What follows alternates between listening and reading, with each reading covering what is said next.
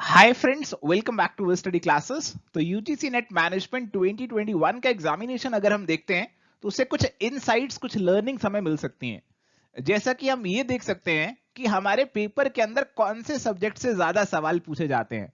क्या मार्केटिंग से ज्यादा पूछते हैं, क्या अकाउंटिंग से ज्यादा पूछते हैं, क्या एचआरएम से ज्यादा पूछते हैं, इंफॉर्मेशन टेक्नोलॉजी पे कितने सवाल आते हैं। तो ये सब चीजें जो हैं हमें क्लियर हो जाती हैं अगर हम हमारा जो लेटेस्ट पेपर है उसको उठाकर देखें, उसका बाइफरकेशन देखें, ये देखें कितने न्यूमेरिकल सवाल पूछे गए, तो हम और बेहतर तरीके से अपनी प्रिपरेशन को कर सकते हैं। और यही चीज मैं आपके साथ इस सेशन में डिस्कस करने वाला हूं। तो आइए इस सेशन को स्टार्ट करते हैं। So friends, let's take a look at the distribution of questions जो कि हमें देखने को मिला था मैनेजमेंट के नेट 2021 के एग्जामिनेशन में। तो वैसे तो हमारा जो मैनेजमेंट का पेपर है उसके अंदर 10 यूनिट आते हैं, बट ये जो 10 यूनिट्स का बाइफरकेशन है बहुत ही क्लमजी है। इस यूनिट्स के हिसाब से अगर हम आपको बताएंगे तो उसमें आपको कुछ ज्यादा खास समझ में आएगा नहीं, क्योंकि एक यूनिट में मल्टीपल सब्जेक्ट है, एक सब्जेक्ट भी मल्टीपल यूनिट्स में फैला हुआ है। सो इसीलिए हम यहाँ पे सब्जेक्ट वाइज देख लेते हैं किस तरीके का डिस्ट्रीब्यूशन हमें देखने को मिला, ताकि आपको पता चले कि मैनेजमेंट पेपर के अंदर कौन से सब्जेक्ट जो हैं वो ज्यादा इंपॉर्टेंट रहते हैं, उनका ज्यादा वेटेज रहता है और आपको उन पे ज्यादा फोकस करना चाहिए। चलिए जी, तो यहां पे अकाउंट्स की अगर मैं बात करूं, देखो अकाउंट्स जो है ना, आपका अकाउंट्स पे मैनेजमेंट में ज्यादा वेटेज नहीं है एज कंपेयर टू फाइनेंस। अगर मैं अकाउंट्स और फाइनेंस की बात करूं तो आपका ज्यादा फोकस होना चाहिए फाइनेंस पे।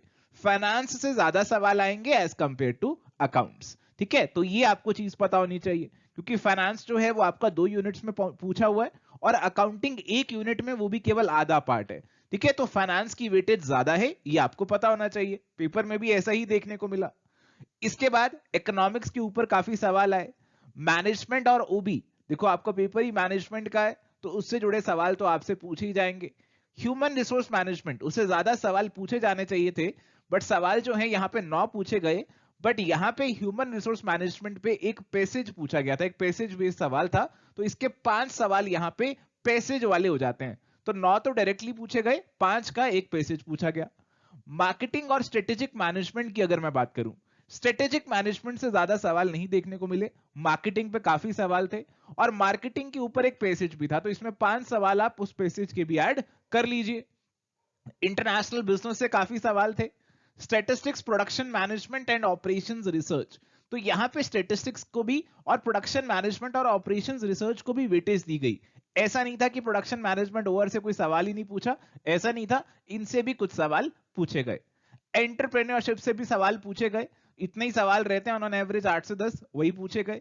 इंफॉर्मेशन टेक्नोलॉजी आईटी, इससे ज्यादा सवाल कभी आते नहीं है और इस बार भी नहीं आए। इंफॉर्मेशन टेक्नोलॉजी का वेटेज हमारा काफी कम रहा, सबसे कम रहा अगर मैं सभी टॉपिक्स की बात करूं, सभी सब्जेक्ट्स की बात करूं। और हमारे पास एक पैसेज आया था मार्केटिंग और एचआर का, जो कि मैंने आपको ऑलरेडी बता दिया। Most of us have this doubt कि मैनेजमेंट के पेपर में न्यूमेरिकल आता है कि नहीं आता। देखो, न्यूमेरिकल जो पोर्शन है वो यूजीसी नेट के एग्जाम में, चाहे मैं कॉमर्स की बात करूं, मैनेजमेंट की बात करूं, तो बहुत ही कम पूछा जाता है, ज्यादा नहीं पूछा जाता। मेजॉरिटी सवाल जो न्यूमेरिकल आपको देखने को मिलते हैं वो भी डायरेक्ट सवाल देखने को मिलते हैं, जिसमें जिसमें आपसे डायरेक्टली कुछ फॉर्मूला बेस्ड चीज पूछ ली गई।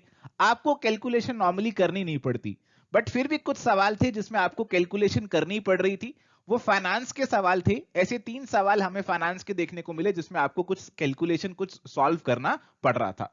फाइनेंस के अलावा आपको कहां से प्रैक्टिकल का सवाल आ सकता है?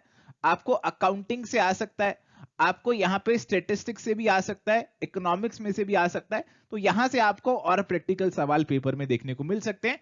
अब ऐसा नहीं है कि आप न्यूमेरिकल पोर्शन बिल्कुल ही छोड़ दें, आप सॉल्व करना बिल्कुल ही छोड़ दें, ऐसा बिल्कुल मत करना।